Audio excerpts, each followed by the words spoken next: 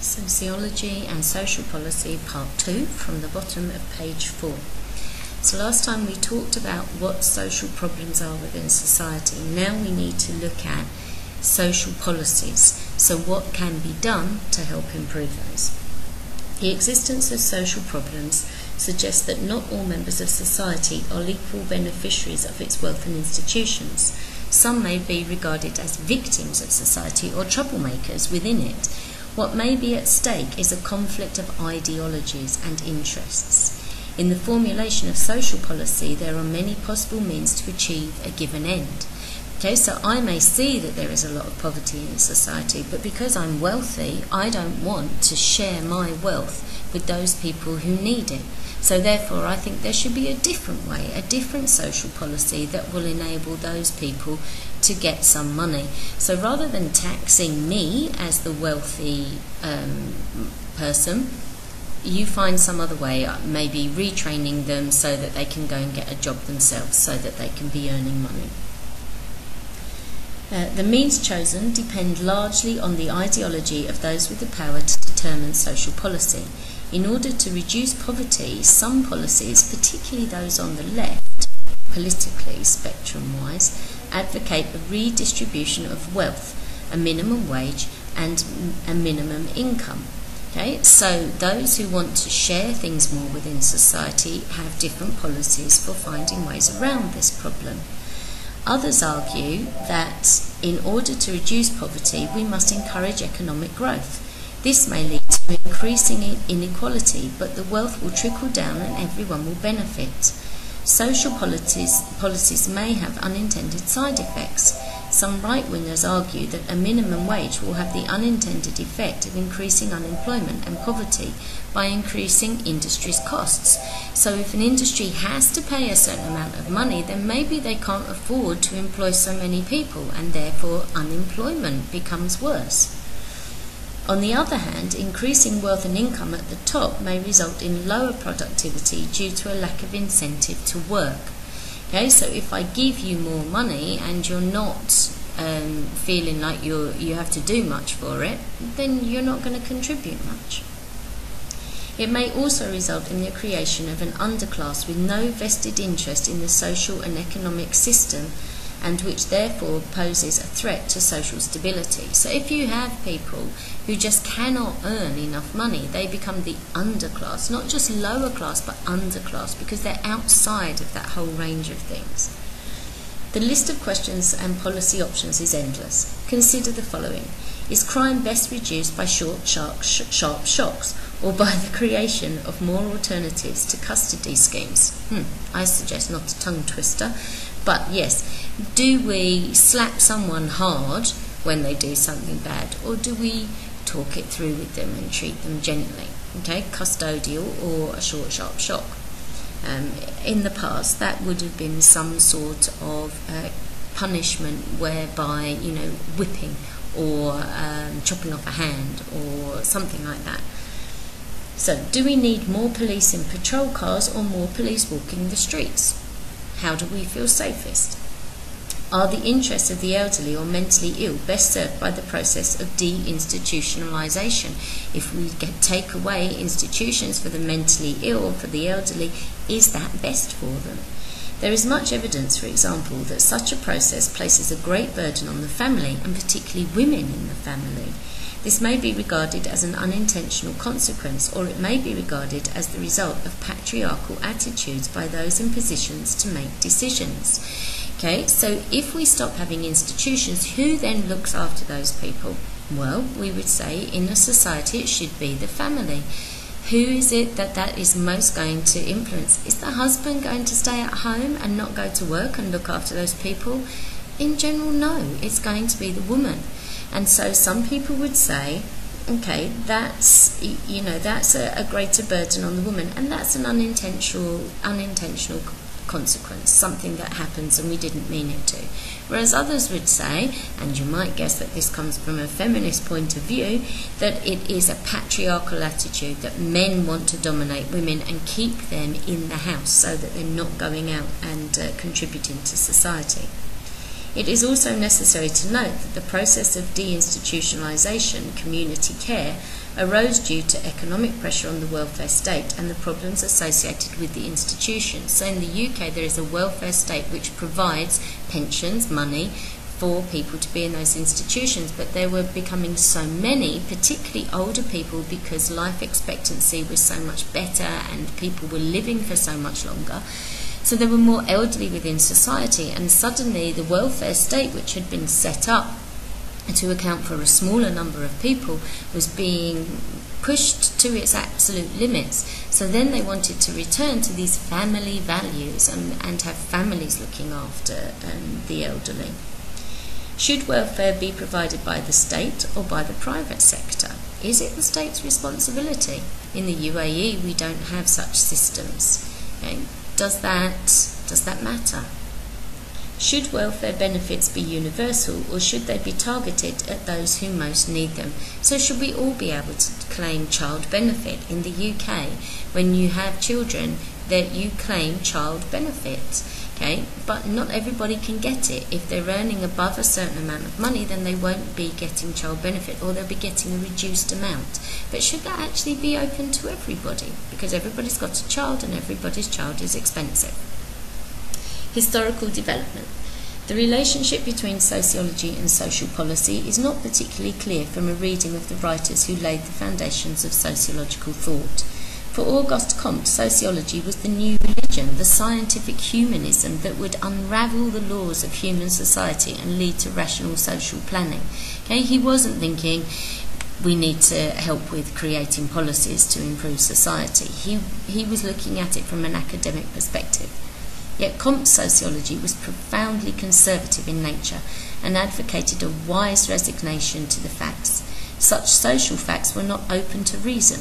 Comte's sociology was therefore unlikely to give rise to a social policy that played a radical or reforming role, despite his wish that sociology should influence rational social planning. Okay, so he tended to be conservative in his views, so therefore he wasn't trying to influence society as a whole through a political format. Some sociologists of the late 19th century and early 20th century, such as Rowntree and Booth, adopted a much more empirical approach in their sociological investigation of a particular social problem. Remember, empirical means you need to have evidence. Even here, though, the relationship between sociology and social policy is quite crude. The main method employed by these sociologists in their demonstration of poverty at the turn of the century in England was that of an exposé. So they were proving how bad the poverty was, and therefore that society needed to change its policies to make life better for everyone. Importantly, the period 1930 to 1960 is marked by the increased intent by sociology to be accepted as a discipline into the academic world. As part of this largely successful process, hence we're studying it now, the scientific nature of the discipline was stressed. This included a need to detach the subject from its perceived link with the identification of social problems and consequent social reform. So if sociology wanted to be taken seriously as an academic subject, it couldn't be seen as being a politically motivated vehicle as well. There is a great deal of controversy within sociology as to whether sociologists should have any direct input into the study of particular social problems or should be involved in espousing particular social policies. This is due to the desire on the part of some sociologists to produce value-free sociology and themselves remain neutral. Such a desire is linked to conceptions of what constitutes science and indeed what constitutes social science or sociology. It is also linked to a desire to be accepted into the academic establishment to secure adequate funding and to get one's research actually used.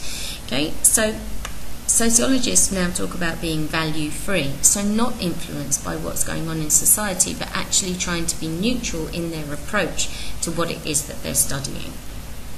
However, if we're being really cynical, we could say they're just doing that because they want the money to do their study and actually they don't care about the people that they are researching. Weber. Writing in the early part of this century, Max Weber was at pains to clarify the role of sociology in social research. He makes a clear distinction between research and researcher when he states that to apply the results of sociological analysis in the making of decisions is not a task which science can undertake. It is rather the task of the acting, willing person. He weighs and chooses from among the values involved according to his own conscience and his personal view of the world. Science can make him realise that all action, and naturally, according to the circumstances in action, imply in their consequences the espousal of certain values and the rejection of certain others. Okay, so human beings are going to react in the way that is important to them. Weber accepted that it is within the role of a sociologist to choose the social problems they wish to consider, but emphasised that the actual research must be strictly objective. So you choose what you want to look at, but you can't get involved in it. He also wished to distinguish sharply between sociology and social practice, which he saw as two different worlds, both of which are valuable, but whose distinctions and ways of working should be made clear.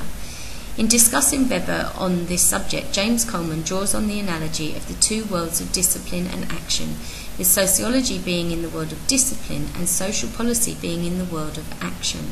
The term discipline in this context means an area of academic study. The world of discipline is pure and value-free. The world of action is impure, laden with conflicting interest groups, may be secretive, and is not value-free. The sociologist treads a wary line between the two worlds, okay? And Weber says you can't cross over. If you want to be a sociologist, you're an academic. If you want to change social policy, then there is more to what you're doing. You become a political animal. And once you get into those things, yes, there have to be values because you're deciding who you're helping with those policies. Weber's conception of the relationship between sociology and social policy is that sociology provides the technical information from which policymakers decide social policy, and it's objective. In this respect, Weber is a technician. Much of American empirical sociology since the Second World War has been of this technical nature. Clearly, not all sociologists take this view. Marx said that philosophers have interpreted the world. The point is to change it. So Marx himself did not share the same concern about being value-free, and on the contrary wished to join in the world of action. So although Weber continues on from Marx, he is changing the things that Marx was saying. Remember this, because it's difficult to brand Weber. People will say he is a Marxist, but really he came up with Weberism to go with what he was saying. Other sociologists see a place for values in sociology and a part for the sociologists in the making of social policy. Robert S. Lind does not quite go this far, but he does argue that values are relevant in the choosing of an important social problem and in the guiding of policymakers on the likely outcome of their decisions. Okay? So it has to be important. C. Wright Mills, too, against the trend of contemporary American sociologists, took an anti-technician stance and argued for the place of values in sociological research. Okay? So again, supporting it. Howard Becker, the interactionist, argues not only for the place of values in sociology, but for a particular set of values which promote a favourable outcome in social policy terms for disadvantaged members of society. Okay, so Becker is saying, let's take it even further. Let's establish what the values of sociology are and that they are there to help certain underprivileged groups. This position is one shared by many European left-wing sociologists such as Peter Townsend, Stuart Hall and Jeremy Seabrook, undertaking research. Of course, the underdogs in society are not in much of a position to initiate social policy research themselves. Indeed, much social policy research is carried out for various interested parties. Okay, so although the research is carried out, it's not necessarily for the sake of those who are underprivileged. So there will be values attached to them. These include government, both national and local, who may want to try out ideas on a small scale before applying new social policies. Government, both national and local, who wish to assess the impact of existing social policy. Business interests, wishing to develop market research into present and future lifestyles.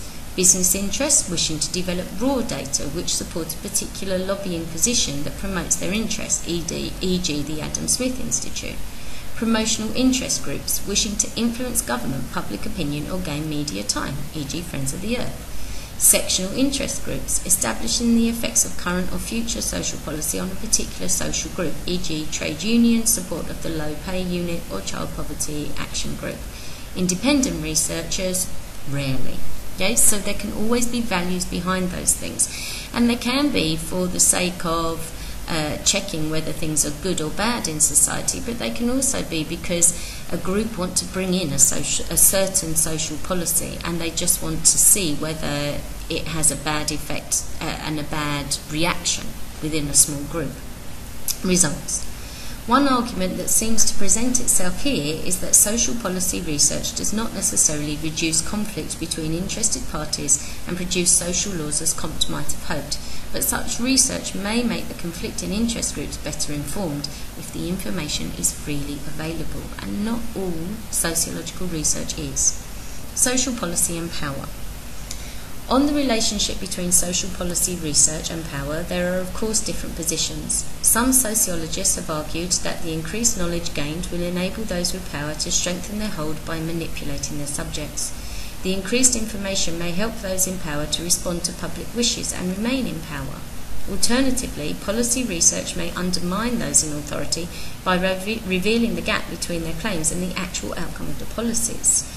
However, in order for this to be the case, such policy results would have to be placed in a context where they could be published and utilised by alternative decision makers. So you can see why there is this issue, and there is a problem that sociologists could actually be going against the political regime that they are talking about, and then you have to start putting things into a context.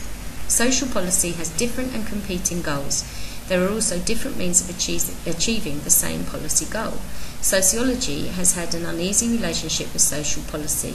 This was seen in Comte's conservatism, the attempt to disassociate sociology from social problems, and the controversy over values.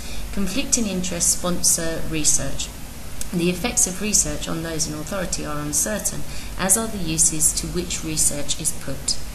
Okay, so research is important, but the way that it is used ultimately will be different. Certain groups will use that research in ways that are going to be helpful and beneficial to them and the things that they want to change in society.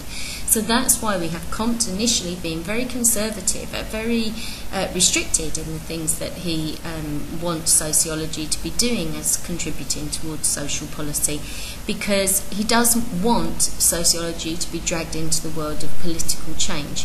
He wants it to be academic. And that's where the research has to be used very, very carefully. Does it just become an academic exercise, or do we actually use sociology to change what is going on in society?